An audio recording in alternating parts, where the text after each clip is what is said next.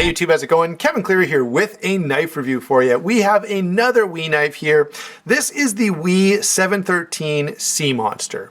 All right, and it looks like a sea monster, okay? So they've got that aspect of it pretty good, but I've got to say, if you were going to copy a design, maybe a sea monster wasn't the best one, because there are a lot of problems with this knife, not the least of which is the fact that it's horribly ugly.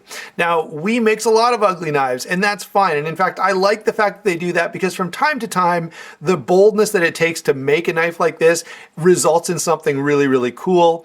Okay, you know, you think about the WE 701, which is by far their best model still. It's a fantastic knife. And it was kind of out there, and so they've continued with that out there theme, and certainly this one fits the bill. Here's the problem though. Most of the time, the WE knives that are, even though they're kind of ugly, they often perform pretty well. Like, they have good steel, they cut well, and they are pretty comfortable in hand. This one looks ugly, and it has some other issues as well. So let's go ahead and start working our way through this knife. This guy is 8 5/16 overall, so just a little more than 8 1/4 inches. The blade on here is 3 5/16.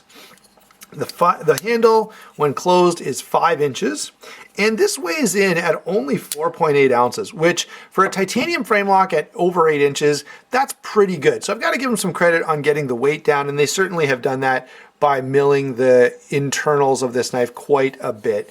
And they've actually done that pretty well. So I can't complain too much about the size and weight. However, that's about where, you know, there's one other good thing that I will say about this, and that's about it, okay? So the blade steel on this is M390, which is great. Blade steel holds an edge really well. The problem is, as it's used here, I mean, they may as well have used, you know, some mystery stainless steel, because you're not cutting anything with this blade.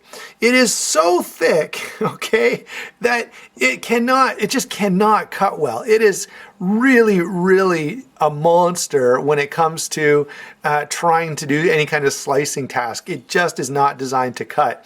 And that to me is a problem in a knife. You know, the kind of thing we generally use knives for is cutting, and I feel like they ought to be good at it. This one really is not. We sort of got this reverse Tanto Wharncliffe style blade with lots of belly, and it's not a bad blade design. I kind of think it's cool if they had just done things a little bit differently.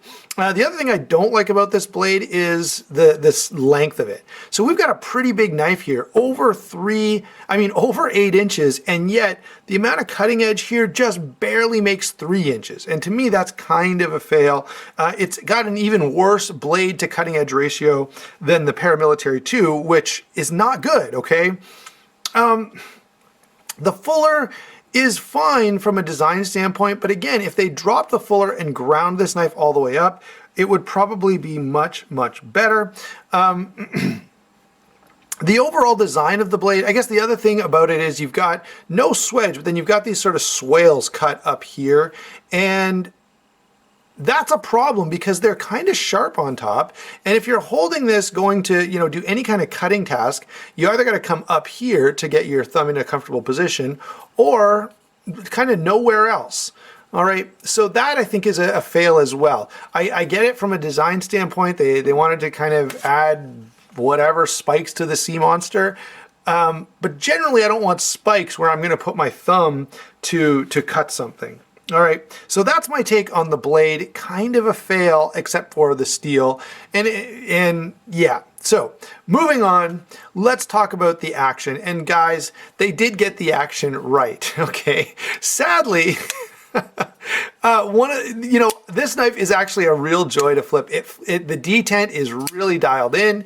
It flips out really nicely. You can also, they've got it just right so you can use the fuller. I'll see if I can spidey flick this for you.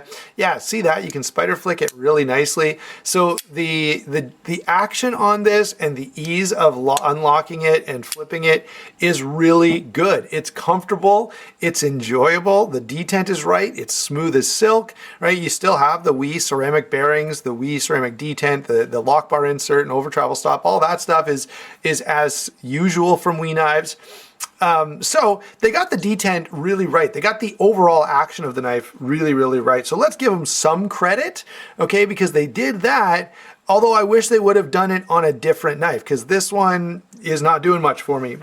Now, moving on to the handle. Okay, the handle has quite a curve to it, and it definitely puts your hand in a particular relationship to the blade, which isn't that bad. You know, they've tried to kind of move the blade down toward the cutting surface, which is great. Now, the flipper gets in the way of that a little. If they could somehow shorten that up a bit, or even, you know, lower this blade down a little bit more, or even make it wider. You know, if they had gone with a thicker blade here to give me a little more reach, that would have been appreciated. Okay, the biggest problem though is this knife is so close to being comfortable. It really is. If you don't hold too hard, you can go, hey, this knife is really going to work out well. But then as soon as you kind of squeeze down, you realize they put hot spots all over the knife. They're all down here in the back spacer. They're here on the back of the frame.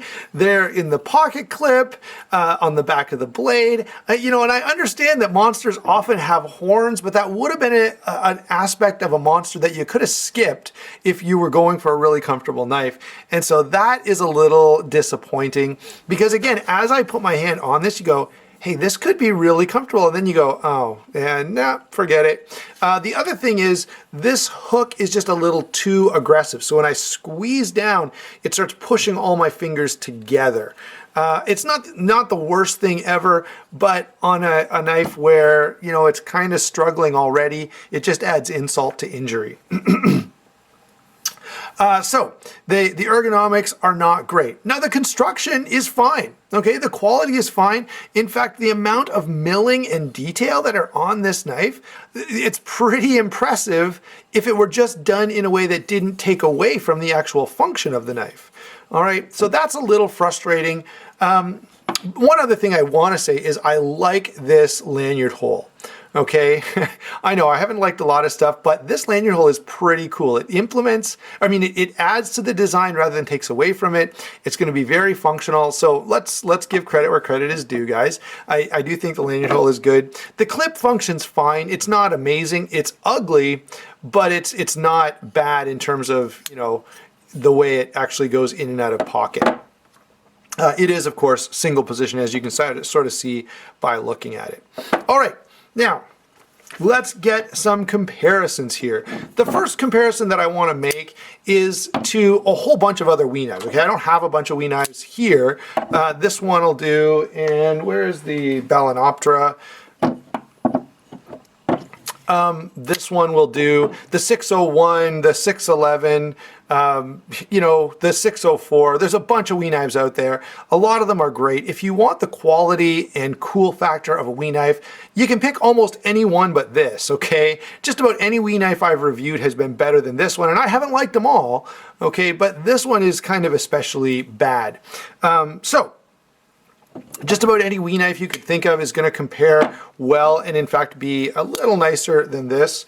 Of course, when you're talking about price point and titanium frame locks in high-end materials that are well made, you got to think about ZT, okay? And I would absolutely recommend you do so.